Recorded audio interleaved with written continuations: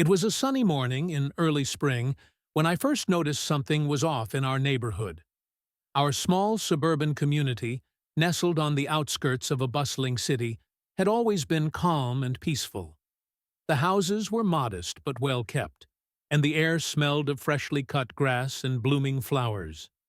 We had a small, tight-knit group of neighbors who respected each other's space, and the HOA, well, they weren't exactly popular, but they kept to themselves. But then, as I was sipping my coffee on the front porch, I noticed something strange. Through the trees lining the edge of my property, I could make out a figure in the distance. It was Mrs. Thompson, the HOA president. She was always a little intense, to put it lightly. She had this air about her, perfectly coiffed hair, immaculate appearance, and a perpetually stern look that made it seem like she was on a mission. She wasn't alone. She had two burly men with her, and they were unloading something from the back of a van. My heart sank when I realized what they were carrying: rolls of barbed wire. I immediately stood up from my chair, my coffee cup trembling slightly in my hands. I had never seen Mrs. Thompson so brazen. The HOA had always been strict about things like lawn maintenance and mailbox designs, but barbed wire? That was a new level of absurdity.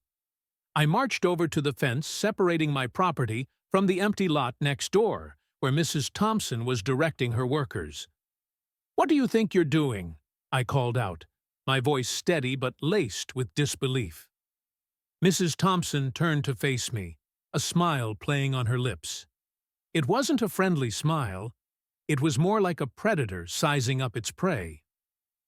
"Oh, don't worry," she said sweetly. "We're just installing a little security. You wouldn't want any intruders on your property, would you?" I felt my blood pressure rise. "Security? This is my land. You have no right to put anything on it without my permission." She raised an eyebrow, clearly unfazed. "Actually, under the HOA's new regulations, we have every right. You've been notified about the changes. If you'd been paying attention to the newsletters, you would have known this was coming." I was caught off guard. I'd never received a single notice about this new regulation. As far as I knew, the HOA had no business expanding its reach this far. I'd heard rumors about Mrs. Thompson's overzealous approach to enforcing the rules, but I didn't realize how far she would go. I whipped out my phone and quickly checked my emails and the HOA's website, but I found nothing regarding any recent rule changes. My mind raced as I tried to piece together what was happening. Was this some kind of power play? Or had Mrs. Thompson just decided that the HOA's authority was limitless? "Where are the papers that give you permission to do this?" I demanded, my voice rising. Mrs. Thompson's smile widened. "We don't need papers. The board approved this initiative last week. You've been given ample time to comply."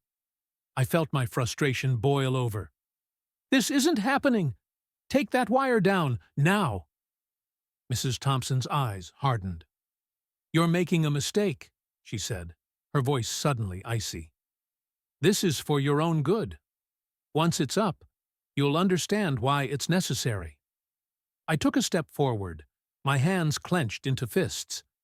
I wasn't a violent person, but I had spent years watching Mrs. Thompson push boundaries, making life miserable for anyone who dared challenge her. This was the last straw. I had no intention of letting her violate my rights like this. "Get off my property, or I'll call the police," I warned. Without missing a beat, Mrs. Thompson gave a short, sharp laugh. "You think they'll do anything? You've already been notified, and I have every right to enforce this rule.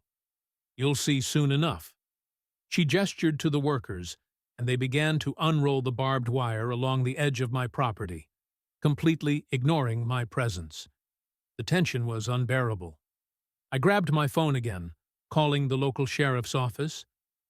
By the time the sheriff's deputy arrived, Mrs. Thompson had already completed half of the installation. The two men were still working, but their pace had slowed now that they knew the authorities were involved. Deputy Richards, a no-nonsense officer I knew from previous encounters, walked up to me first. "What's going on here?"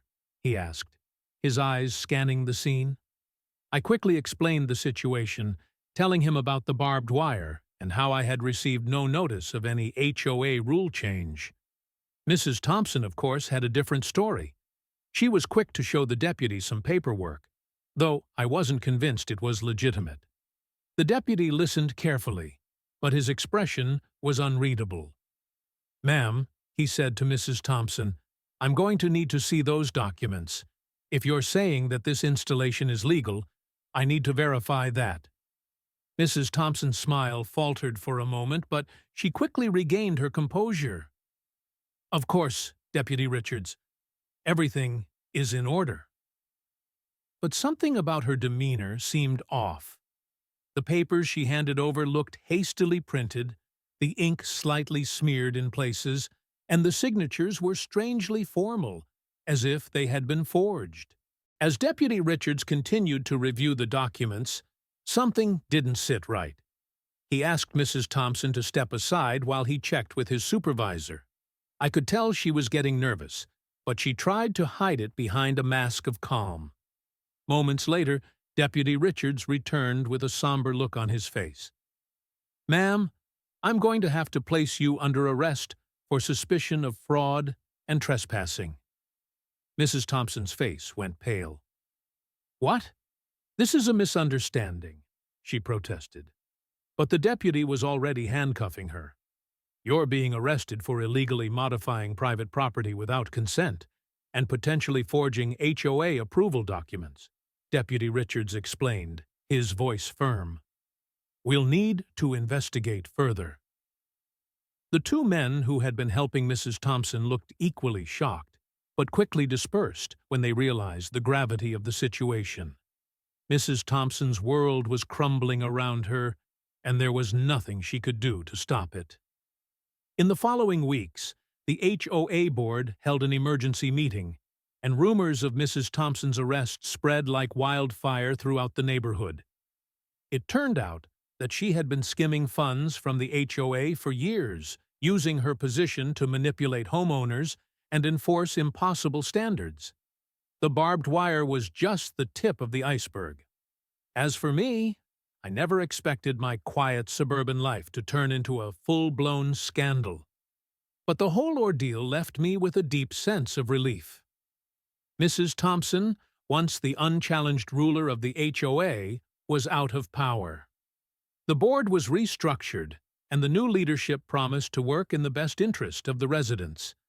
And as for the barbed wire, it was quickly removed, and I never had to worry about any more unwanted security measures on my property. The arrest of Mrs. Thompson sent ripples through the neighborhood. People who had been silently grumbling about her overbearing rule began to talk openly. The HOA, which once seemed like a faceless bureaucracy, suddenly became the talk of the town. Some were happy that Mrs. Thompson was out of the picture, while others worried about what would happen next. It wasn't long before I received a letter in my mailbox, an official notification from the HOA board. The letter, printed on heavy paper, was an invitation to a special meeting. The note was polite but firm, with a subject line that read, "Urgent HOA Special Meeting, discussing new leadership and property changes." At first I was skeptical. What could they possibly want now? I had already been through enough, but curiosity got the better of me. I decided to attend. The meeting was held in the community hall, a nondescript building at the end of the neighborhood. When I walked in, I was surprised to find that the room was packed. Neighbors who usually kept to themselves were all there, their faces a mix of anxiety and anticipation. As I took a seat, I noticed that the usual faces of the HOA board were missing. Instead, a group of new individuals, all looking far too polished for comfort, had taken their places at the front. Among them was someone I recognized. Margaret Reynolds, the woman who had once been the HOA's treasurer before Mrs. Thompson had taken over. Margaret had always been the quiet one, but she was also known for her sharp business mind. Now, she was speaking with authority as she addressed the room. "Ladies and gentlemen," she began, "thank you for joining us at this important meeting. As you all know, Mrs. Thompson has been removed from her position, and I, along with the new board members, have been appointed to lead this community forward." I felt a flicker of hope. Maybe things were about to change for the better. But then Margaret's tone shifted, and the words that followed left a sour taste in my mouth. "However," she continued, "we do have a few critical matters to address. First, we need to enforce new property management regulations, starting with enhanced security measures." I sat up straighter. Was this another power play? Mrs. Thompson might be gone, but it seemed like someone else was trying to step into her shoes. Margaret's eyes scanned the room as if she were already calculating how to control everyone. Barbed wire was just the beginning. In order to protect our neighborhood from the rise in crime, we will be introducing more extensive surveillance systems, including motion detectors and neighborhood patrols. The words hung in the air, and I felt a knot form in my stomach. Surveillance systems? Patrols? The community hadn't had these before, and I couldn't shake the feeling that Margaret was taking a page out of Mrs. Thompson's book.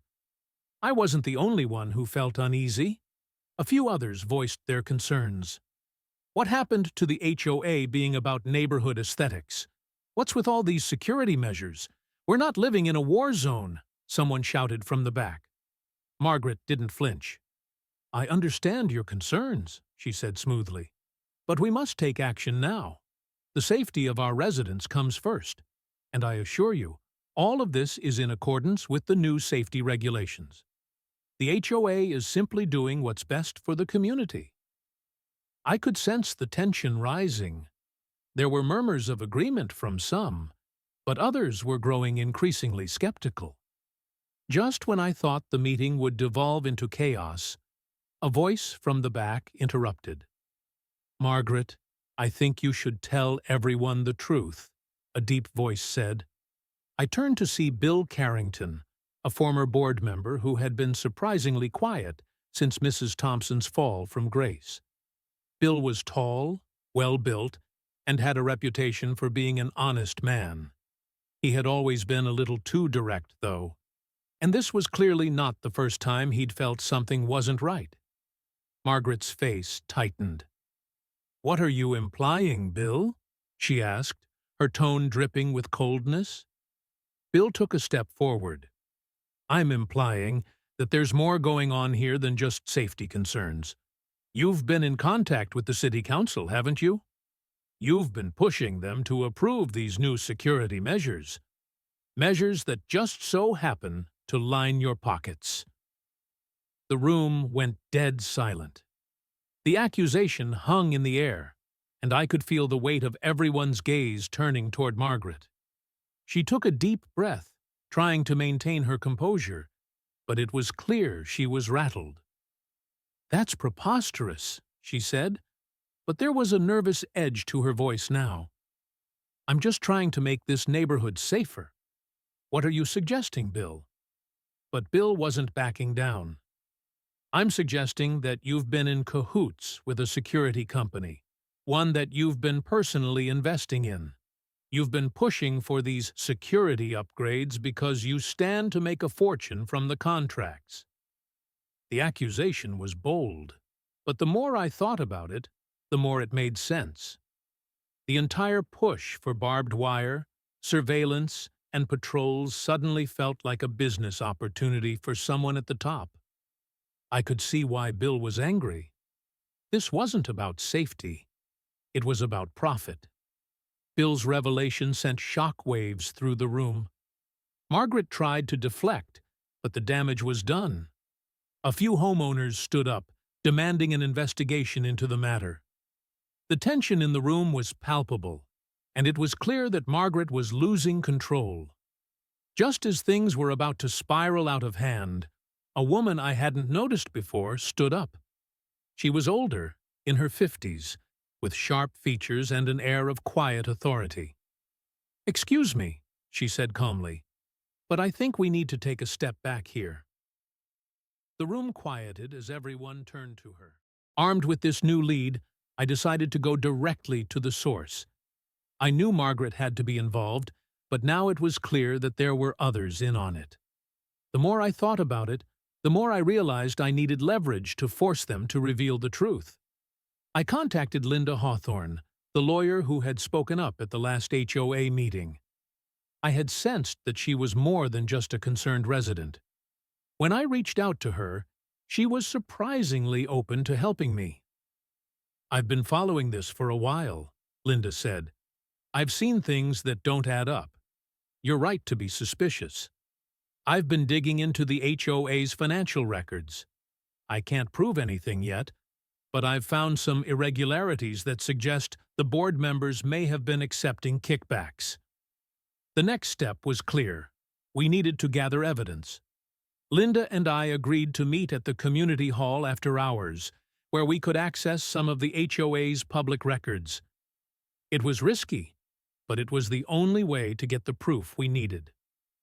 That evening, under the cover of darkness, we made our way into the community hall. The air was thick with tension. The place felt like a ghost town, but it had a certain eerie energy. We were on a mission, and the stakes were high. Once inside, Linda and I made our way to the old file cabinet in the back room. It had always been the place where the HOA's financial documents were stored, and we hoped it would hold the answers we needed. Linda fumbled with the lock for a few minutes before finally managing to open it. We sifted through the paperwork, finding everything from old tax filings to maintenance contracts. But then, at the very bottom, we found a thick folder labeled Security Solutions Contract. My stomach sank. This was it. I opened it carefully, scanning the pages. What I found confirmed everything I had feared.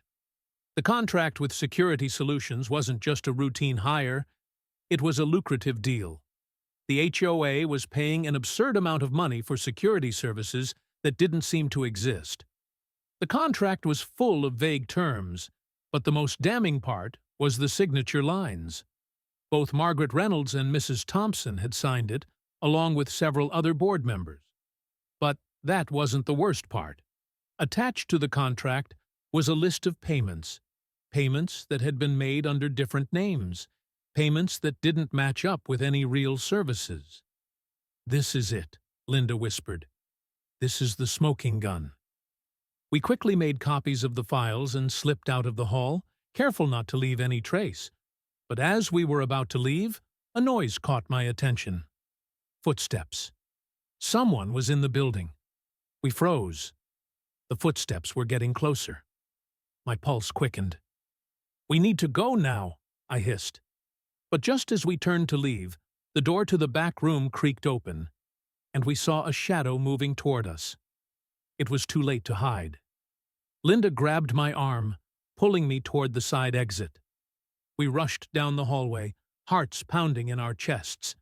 "Keep moving," Linda urged, her voice low but urgent. We reached the exit just as the figure in the hallway rounded the corner. We had no choice but to bolt through the back door and into the darkened alley behind the community hall.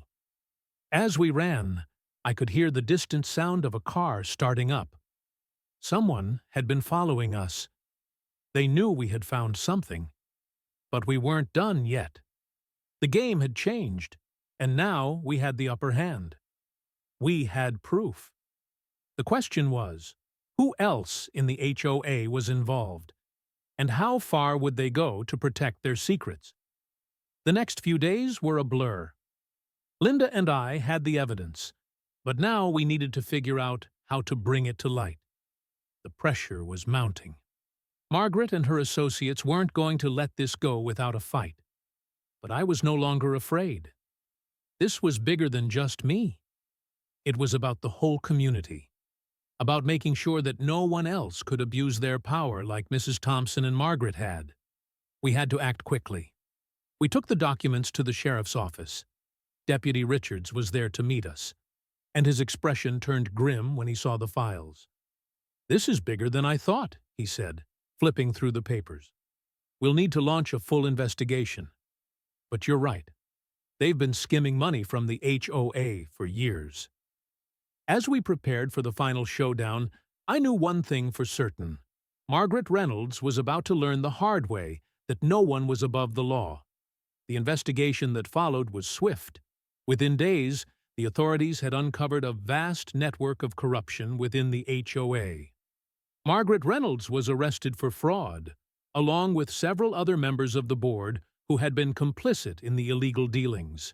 The news spread quickly, and the community was in shock. What had once been a quiet, suburban neighborhood was now the center of a scandal that no one could have predicted. Mrs. Thompson's arrest had been just the beginning. But with the truth now exposed, the residents of the neighborhood could finally breathe a sigh of relief. The corrupt board members were gone, and a new, transparent leadership was elected. And as for me, I had not only uncovered the truth, but had also become a hero in my own right. A symbol of standing up for what's right, no matter the cost. The whole experience taught me a lot about standing up for my rights, even when it seems impossible. It also made me realize how far some people would go for control and power. In the end, Mrs. Thompson's ambition led to her downfall, and the neighborhood was finally free from her oppressive rule. But I'll never forget that day when I confronted her and stood my ground, because sometimes the quietest voices can make the loudest impact.